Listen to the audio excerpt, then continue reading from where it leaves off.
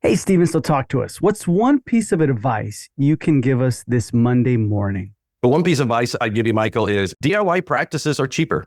There you go. DIY, do it yourself. It's going to be cheaper. And I know that feels awkward because, wait a minute, like I am the owner of Ideal Practices. And if most people don't know who we are, like we are one of the largest, if not the largest startup dental consulting firm in the country. What I'm saying is, you don't need me. You don't need anybody. You can do a DIY practice. It can be cheaper. Now, I did look this up this morning. You and I were laughing a few minutes ago. In the Oxford Dictionary or the Google Oxford Dictionary, whatever, there is one, cheaper means inexpensive because of inferior quality. So can you build a cheaper practice on your own? Sure. I think the challenge is that's kind of the undercurrent that's existing today. So can you do it yourself?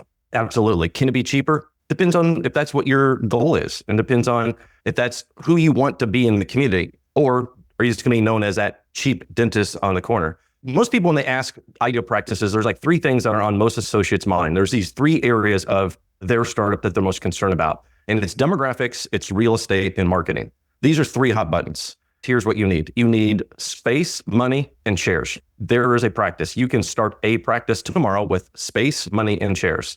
But there's a lot more layers that are there. When I talk about these three layers of demographics, real estate, and marketing, these are probably the three biggest components, or probably the most hot buttons that most associates think about. Now, funny story, I was just in one of the Facebook groups, and doctor was asking about some questions about buying a practice. He said, hey, this thing is going to fall through. What do you think in this? And I responded, and I got a DM from, I'll call him Dr. Jake. Dr. Jake said, hey, that deal's going to fall through. I was looking to do a startup. Can you help me? I contacted this company that does demographics, and they said, basically, just best ratios are the best thing to go for. But that's what everybody says. Everyone thinks that demographics is about finding the best ratios. The thing is, you can get a demographics report, find great ratios, and the best ratios are going to be somewhere maybe you don't want to be. They could be rural areas. A lot of people say, go for, if you're a general dentist, a 3,000-to-1 ratio. So that means 3,000 patients for every one provider. Of the almost 1,000 startup practices I've been a part of, maybe less than half have attained that great industry standard, but yet we have highly successful practices, million-dollar practices in 12 months.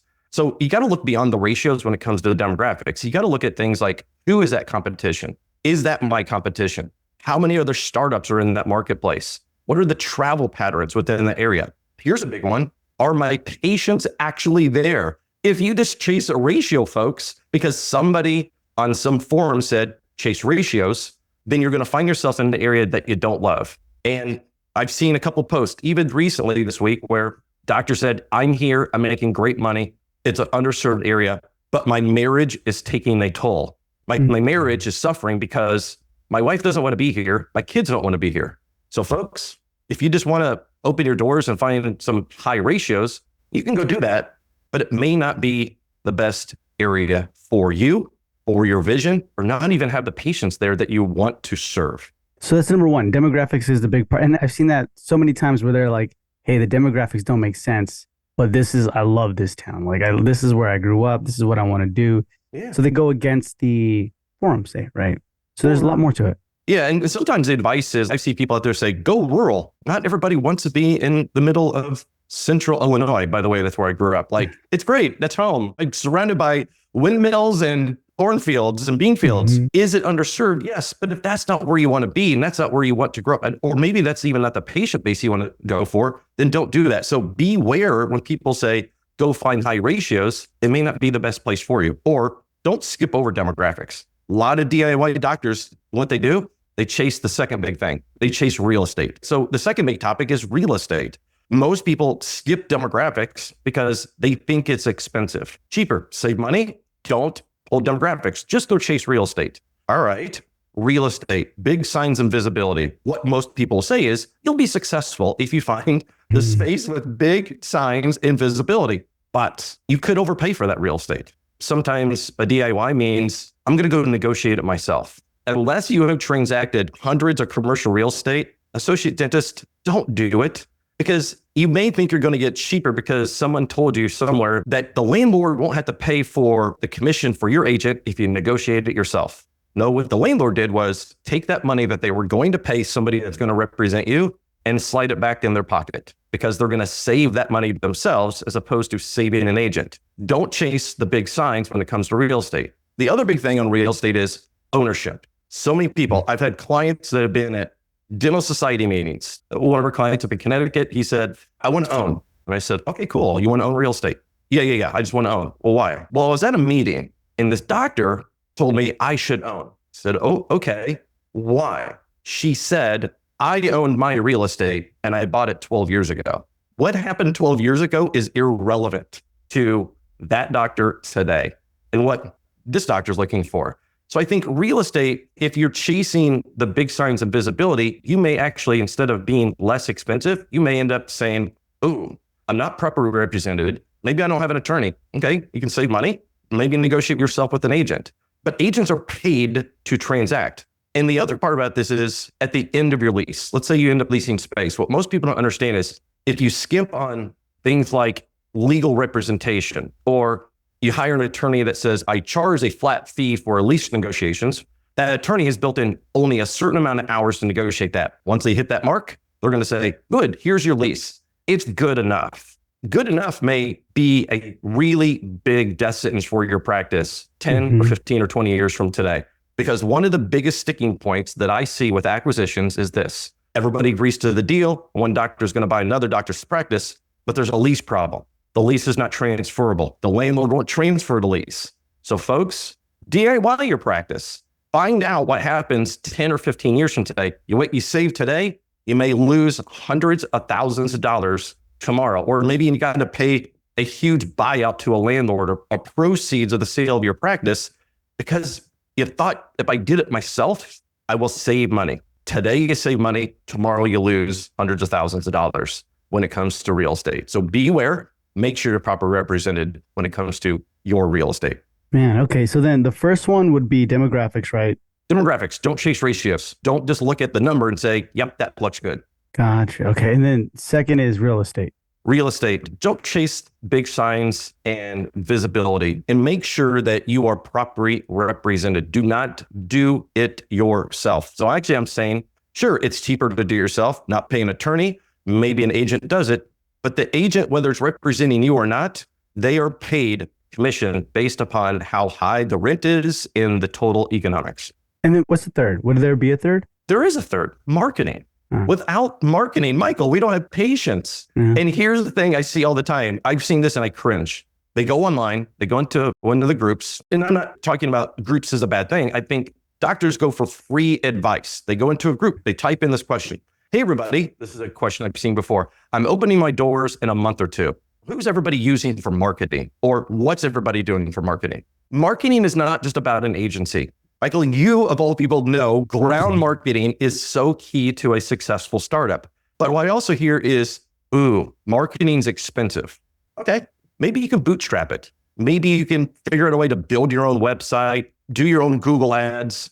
Now, when do you have time to then actually go out and get more patients? How do you train your team? How do you go out in your community? Marketing is not about trying to save money because you have two choices when it comes to marketing. Either spend less or earn less. Make a choice.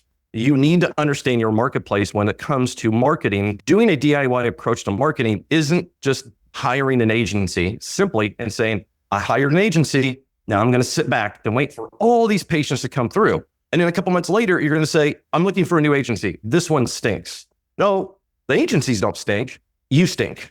You stink at ground marketing. If you're not in your community, and if you're not in your community with a bigger purpose to make connections with other business owners, to make connections with the community, you're missing out on a huge opportunity to drive more patients into your practice. So what you'll end up is the typical startup, typical practice in America gets in a roughly 25-ish new patients per month, 20 to 30. That is the average dental practice in America. You could be that average one. You could DIY and to say, I hired the agency, check the box and say, I have marketing, or I built my own website, or I found an online source that could build a website for $500. Yeah. Cool. You have a $500 website that isn't responsive, doesn't drive patients there, has no information, doesn't tell your story, doesn't connect to your community, but you opened your doors. Congrats. Interesting. So, Stephen, do you feel like sometimes we're just trying to run a race to open the doors. We're not really taking the time to meditate to, okay, marketing, if I really did it all on my own, probably going to not be the best. Where's my mind going to go with real estate? Where's my mind going to go with, we're only one person. Can't do it all on your own. So where do you see the mindset fall here? I think the mindset falls in, if I DIY this practice, I'll probably save because I don't have to pay for all these other services, or I'll find free advice online. But so where's that free advice rooted in? Is it rooted in your vision? Is it rooted in hundreds of examples or hundreds of experiences with startups? Or is it rooted in one person's one-time experience, like my client in Connecticut 12 years ago? So a dentist bought a building 12 years ago. That is not applicable to today's advice. And I think there's a rite of passage or a bragging opportunity that I see sometimes. Is like, maybe there's that one doctor who says, I built my first startup for $100,000. Yeah, I've seen that. Yeah. It is not reality. We know nothing about the story of like, okay, was the space already built out? Was there chairs in there? Was it technically a shell practice? There's so many things that I think people chase, like cheaper will get me open and be less risky. Mm-hmm. What if you skimped on your budget in the wrong areas? What if you didn't prioritize marketing? What if you ended up with the wrong space on the wrong side of town? What if you chased the wrong demographics because you found a ratio? There is the race to DIY, but there's also a little bit of a blind spot for some associates where it's like, if I trudge through over a couple of years, I'm going to feel better about myself. No, you could have just had a fast track. There's a lot of great people that are out there that are skilled at guiding startups. They're skilled at what they do. While it may have a greater investment, what is the return that you get? There is the race of the DIY of getting open faster. But there's also the blind spot that most people think is that if I do it myself, I will have a greater sense of pride. I pick on people like LeBron James, Michael Jordan, and lots of other people in the world. Elon Musk, you think about it, they all have coaches. They all have advisors. Why? Because they want somebody that's smarter than them that can say, I've done this hundreds of times. Mm-hmm. Dentist, you're trained by dentists at dental school that have done, hundreds of crowns? So think about your first crown. If they've done one crown, they don't have experience. If they've done hundreds of times or someone's mentoring them, then they're going to have a faster path and an easier path. So ask yourself where this advice is coming from. Is it rooted in hundreds of experiences that are applicable to me? Or is it just, I fished for information? If Stephen, one of the last questions here, real quick, just, we might be going a little over time, but I just want to know, for owners who are concerned about upfront savings versus long-term ROI, how can they balance both without cutting corners? I think there might be some areas when it comes to maybe equipment. Maybe there's some elements there. If you find some used options that are out there when it comes to equipment, you can find a balance of some savings on some hard things. But for example, when we look at demographics, I have analysts that look at hundreds of demographics studies per year. We look at hundreds of real estate transactions. They're pulling upon those experiences. Demographics, if you have never looked at a demographic study, you may just be looking at numbers going, I don't even know what these numbers mean, but I think they're good. I think by skimping on that, you're missing out on a big piece. So could you save some money on maybe some equipment elements? Yeah, I think so. But at what cost? What other things are you losing on a long-term basis? This is a marathon. Yeah, I like that. I like that analogy. It's not like a super sprint, right? It's a long marathon. But awesome, Stephen. I appreciate your time. And if anyone has further questions, you can definitely find them on the Dental Marketer Society Facebook group, or where can they reach out to you directly? I say this, if you want to learn more about a startup, I got a couple spots for it. You can either attend one of our courses as a 2-day course called Startup Practice Blueprint. You can go to startuppracticeblueprint.com to register. Do it twice a year with 30 associates, immersive. We're going to feed you with a fire hose. Or you can check out my book, The Startup Dentist, at the startupdentistbook.com. Pick up a free copy today. Nice. That's all going to be in the show notes below, so definitely check it out. And Stephen, thank you for being with me on this Monday morning episode. Thanks, Michael.